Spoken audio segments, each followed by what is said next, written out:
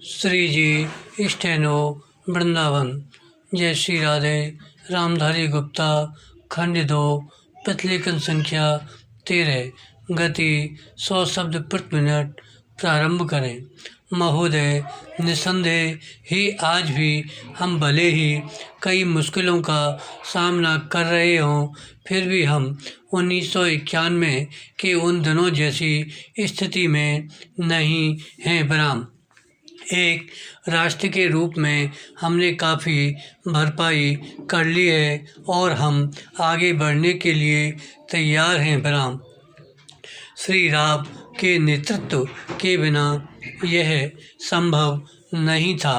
बराम, अब यह अटकल लगाना व्यर्थ और मूर्खतापूर्ण भी है कि कोई और नेता होता तो क्या कुछ ज़्यादा और बेहतर किया जा सकता था या नहीं। बराम, तथ्य यह है कि वही नेता थे जिनके कारण हम एक ऐसी स्थिति तक पहुंच गए हैं जो देश और उसकी तरक्की के लिए निरापद है। बराम, हम जिस अवधि से गुजरे हैं वह बहुत मुश्किल और हलचल पूर्ण थी।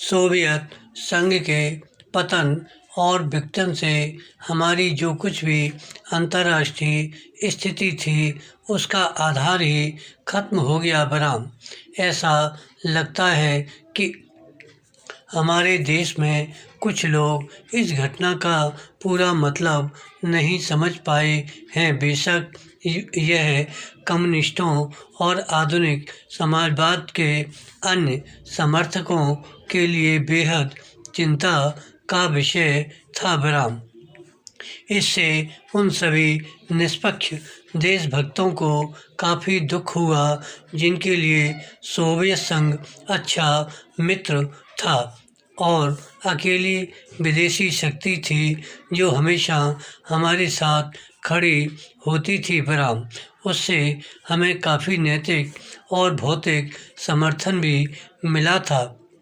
विराम, हमारे देश में सोवियत संघ के तमाम मित्रों में भी सभी लोग यह नहीं समझ पा रहे हैं कि आर्थिक, वैज्ञानिक और प्रौद्योगिकी के हिसाब से इसका क्या मतलब था और है। बराम, जब हमें सख्त ज़रूरत थी तो कोई ऐसा नहीं था जिसकी ओर हम देखते। बराम, घबराने और अपने देश को दिवालिया राष्ट्र घोषित करने के बजाय प्रधानमंत्री ने मुश्किलों का डटकर मुकाबला किया। बराम, हमें इस संकट से निकालने की व्यवस्था की और साहस के साथ देश को एक नए आर्थिक रास्ते पर अग्रसर किया। बराम, पैरा, कांग्रेस ने अपने चुनाव घोषणा पत्र में इसकी मोटी